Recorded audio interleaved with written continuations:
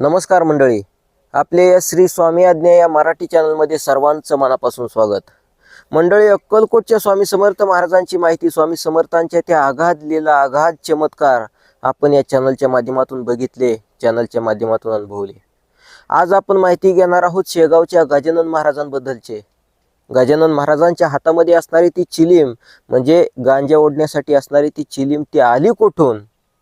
शिवाय मंडळी, त्यांचे आई वडील कोण, त्यांचा जन्म कुठे, याच्याबद्दल काही सुद्धा माहिती नाही. अचानकपणे एका शेतामध्ये श्री गजानन महाराज प्रकटले. मंडळी, खरं तर त्यांच्या हातामध्ये असणारी चिलाम आपण बघितली असेल, ती गांजा ओढण्याची चिलीम, ती आली कुठून? खरं तर मंडळी, स्वामी समर्थ महाराज यांचे आपण व्हिडिओ बघितले असतील. श्री स्वामी समर्थ महाराज यांच्याच प्रमाणे शेगावच्या गजानन महाराजांचं रूप हे दिगंबर रूप आहे. दिगंबर रूप म्हणजे अंगावरती जास्त कपडे नाहीत, फक्त कमरेला लंगोट गुंडाळलेली. तर चला मंडळी, आपण आज बघूयात की अक्कलकोटच्या स्वामी समर्थ महाराजांप्रमाणेच शेगावच्या गजानन महाराजांची असणाऱ्या लीला, चमत्कार. खरंच मंडळी, आपण बघतोय की अक्कलकोटला स्वामी समर्थांच्या दर्शनासाठी लाखो हजारो लोकांची गर्दी असते. त्याच स्वरूपामध्ये शेगावला गजानन बाबांच्या दर्शनासाठी, गजानन महाराजांच्या दर्शनासाठी लाखो हजारो लोक दररोज दिसतात. माऊली, कुणाचं तर चांगलं झालंच असेल, कुणाचं तरी भलं झालंच असेल, उगीच एवढी लोक कशी काय येतात? आपण प्रॅक्टिकली बोलतो, विषयांतर जास्त बोलत नाही. म्हणून आपला व्हिडिओ बघत असताना प्रत्यक्ष तो देव आपल्या नजरेसमोर उभा राहतो माऊली. होय, एकदम सत्य आणि खरं तेच आपण मानतो. बघा मंडळी, कुणाचं तरी भलं झालं असेल, कुणाचं तरी चांगलं झालं असेल हो, याच्याशिवाय इतकी लोक कशी काय ते रांगा लावून दर्शनासाठी, देवाच्या दर्शनासाठी थांबतात? चला आज आपण माहिती घेऊयात शेगावच्या गजानन महाराजांची. आता अक्कलकोटचे स्वामी समर्थ महाराज आणि शेगावचे गजानन महाराज दोघांचंही दिगंबर रूप, परंतु शरीरामध्ये फरक इतकाच की अक्कलकोटचे स्वामी समर्थ महाराज यांची शरीरयष्टी अशी धष्टपुष्ट, मोठे असे पोट, आणि याच्या उलट शेगावच्या गजानन महाराज यांची अंगकाठणी जी आहे ती अगदी सडपातळ असा शरीर बांधा, परंतु उंची तितकीच. आणि दोघांचेही अजानुबाहू रूप म्हणजे असे लांब लांब हात, अगदी गुडघ्याच्या खालपर्यंत असे हात जातील, असे लांब हात, आणि असं त्यांचं ते रूप. असू द्या मंडळी, त्यांचे जे अनुभव आहेत ते अनेक भक्तांना आज सुद्धा येत आहेत.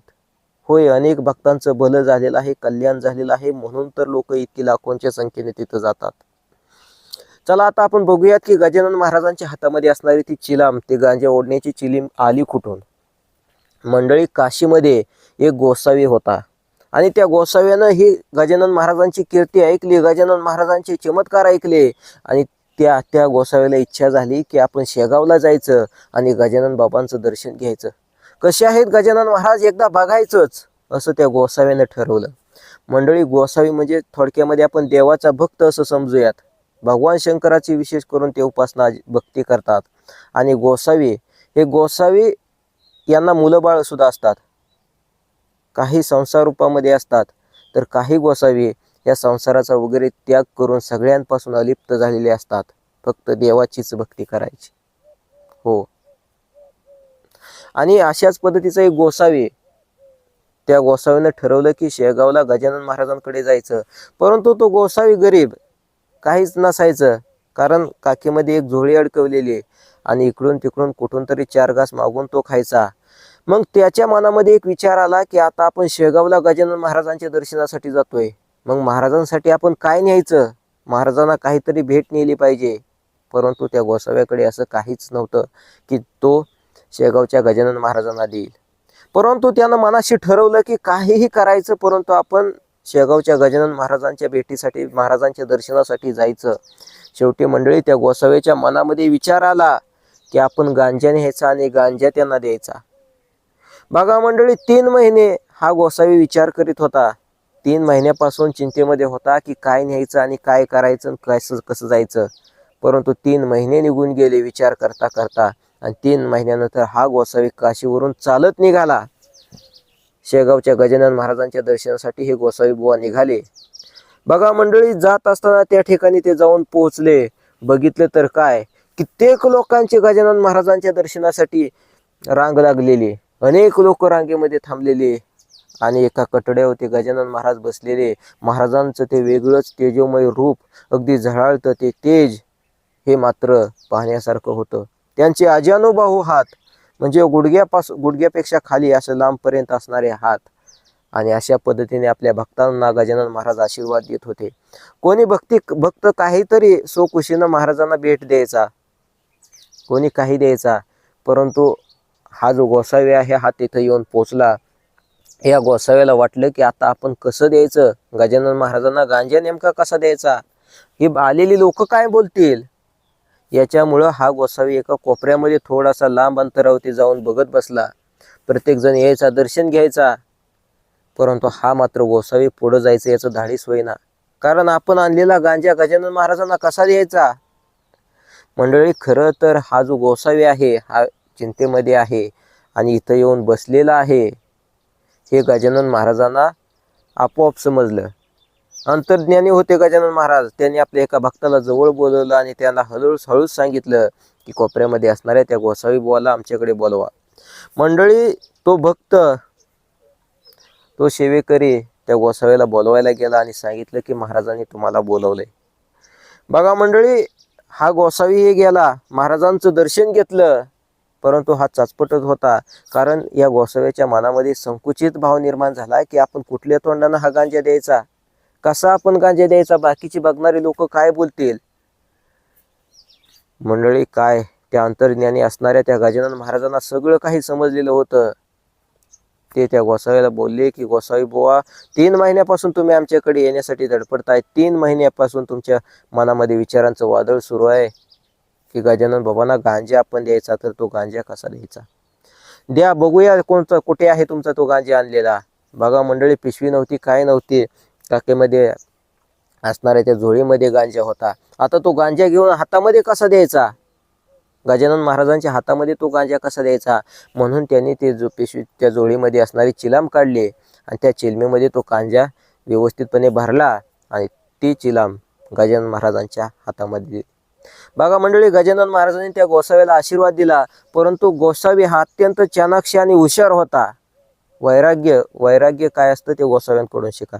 बघा एकदा त्यांचं आत्मचरित्र बघा, त्यांचं वागणं, राहणीमान, हे सगळं काही बघा. जीवनाचं सार माऊली तुमच्या लक्षामध्ये येईल. परंतु असा हा बुद्धिमान असा गोसावी होता की तो गोसावी गजानन महाराजांना बोलला की महाराज, माझी आठवण म्हणून ही चिलाम कायम तुमच्या हातामध्ये राहावी, एवढीच माझी इच्छा आहे, एवढीच माझी इच्छा आहे. अशा पद्धतीने तो गोसावी बोलला. परंतु गजानन महाराजांनी आशीर्वाद दिलेला होता. आशीर्वाद दिला आणि गजानन महाराजांनी शब्द दिला की होय होय बघता, तुझी आठवण म्हणून कायम ही चिलाम माझ्या हातामध्ये राहील. आणि तिथून पुढे मंडळी बघा, गजानन महाराज अगोदर गांजे वगैरे उडत नव्हते असं बोललं जातं, परंतु तिथून पुढे हा प्रसंग घडल्यानंतर ती भक्तांना दिलेली चिलाम हे कायम स्वरूपी गजानन महाराजांच्या हातामध्ये, कायम स्वरूपी हातामध्ये आहे. तुम्ही फोटोमध्ये वगैरे बघितलं असेल तर हाच तो प्रसंग घडला. त्याच्यानंतर गजानन महाराजांच्या हातामध्ये चिलाम आली असं बोललं जातं. आता गजानन महाराजांचे आई वडील कोण, गजानन महाराज कुठून आले, याच्याबद्दल काहीच माहिती नाही. खरं तर एक स्टोरी आपल्याला माहीत आहे की एका शेतामध्ये साधारणतः 28-30 वर्षाचे असताना गजानन महाराज प्रकट झाले. मग त्याच्या अगोदर गजानन महाराज होते कुठे. खरं तर मंडळी, अगदी लहान असताना स्वामी समर्थ महाराजांची, अक्कलकोटच्या श्री स्वामी समर्थ महाराजांची आणि गजानन महाराजांची ही भेट झालेली होती. एकदम सत्य ही माहिती आहे मंडळी. गजानन महाराज यांचे आई वडील कोण, जन्म कुठे, काय, याच्याबद्दल कुठल्याच पुस्तकामध्ये मला तरी आतापर्यंत शोधून सुद्धा माहिती सापडली नाही. खरं तर ते लहान असताना मात्र अक्कलकोटच्या श्री स्वामी समर्थ महाराजांची त्यांची भेट झालेली होती. स्वामी समर्थ महाराजांनी त्यांना आशीर्वाद दिला, दीक्षा दिली आणि लोकांच्या कल्याणासाठी, लोकांच्या उद्धारासाठी आशीर्वाद दिला. लोकांचं कल्याण करा असं सांगितलं. बघा मंडळी, लहान असताना ते कदाचित अक्कलकोटच्या स्वामी समर्थ महाराजांच्या समयेमध्ये बराच काळ राहिले असतील. आता विषय येतो की हे पुढे अचानकपणे शेगावमध्ये प्रकट झाले. मग याच्या अगोदरचा इतका निरंतर असा काळ ते महाराज होते कुठे, याच्याबद्दल कोणालाच काय माहिती असेल तर कमेंट करून नक्की सांगा. मी पुस्तकांमध्ये वगैरे सगळीकडे माहिती शोधून बघितली, परंतु माहिती काही सापडली नाही. खरं तर असं म्हणतात की नदीचं मूळ आणि ऋषीचं किंवा देवाचं कुळ हे शोधायच्या भानगडीमध्ये पडू नये, ते सापडत नसतं. आणि हो, असाच विषय हा आपल्या सुद्धा बाबतीत घडला की गजानन महाराजांचा नेमका जन्म कुठे, आई वडील कुठे, याच्याबद्दल काहीच माहिती, काहीच ताळमेळ लागत नाही. मंडळी, आता विषय आला की गण गण गणात बोते या ओळींचा अर्थ काय. खरं तर शेगावचे गजानन महाराज सतत बोलत असायचे, गण गण गणात बोते, गण गण गणात बोते. आता गण गण गणात बोते या मंत्राचा अर्थ काय. गण, गण म्हणजे जीव किंवा जीवात्मा, आणि दुसरा जो गण आहे तो गण म्हणजे परमात्मा, देव. गणात म्हणजे हृदयात, शरीरात, या आत्म्यात, आणि बोते म्हणजे आहे, म्हणजे तो जो परमात्मा आहे, तो जो भगवंत आहे, हा प्रत्येक जीवामध्ये आहे, प्रत्येकाच्या हृदयामध्ये आहे. हा या ओळीचा अर्थ होतो, गण गण गणात बोते. बघा, याचा अर्थ तुम्हाला अगोदर माहीत होता का, तेही मला कमेंट करून सांगा. नक्कीच व्यवस्थितपणे हा अर्थ तुम्ही समजून घ्या. माझ्याकडूनही सांगताना काही चुका होत असतील, परंतु तुम्ही समजून घेताना नीटपणे समजून घ्या. गण गण गणात बोते या ओळींचा अर्थ, गण म्हणजे जीव, पहिला जो गण आहे तो जीव, जीवात्मा, किंवा असं आपण ज्याला समजूया जीवच. दुसरा गण म्हणजे परमात्मा, परमात्मा म्हणजे भगवंत, देव. गणात म्हणजे हृदयात, अंतरात्म्यात किंवा शरीरात, आणि बोते म्हणजे आहे. गण गण गणात बोते म्हणजे तो परमात्मा, तो ईश्वर, तो भगवंत प्रत्येक जीवात आहे. हेच गजानन महाराजांना सांगायचे होते, आणि हाच तो अर्थ आहे, गण गण गणात बोते. चला, आता आपला सगळ्यांचा निरोप घेतोय. काही चुकलं असेल तर माफ करा, व्हिडिओ आवडला असेल तर लाईक करा, आणि गण गण गणात बोते अशी एक कमेंट नक्की द्या. गण गण गणात बोते. धन्यवाद.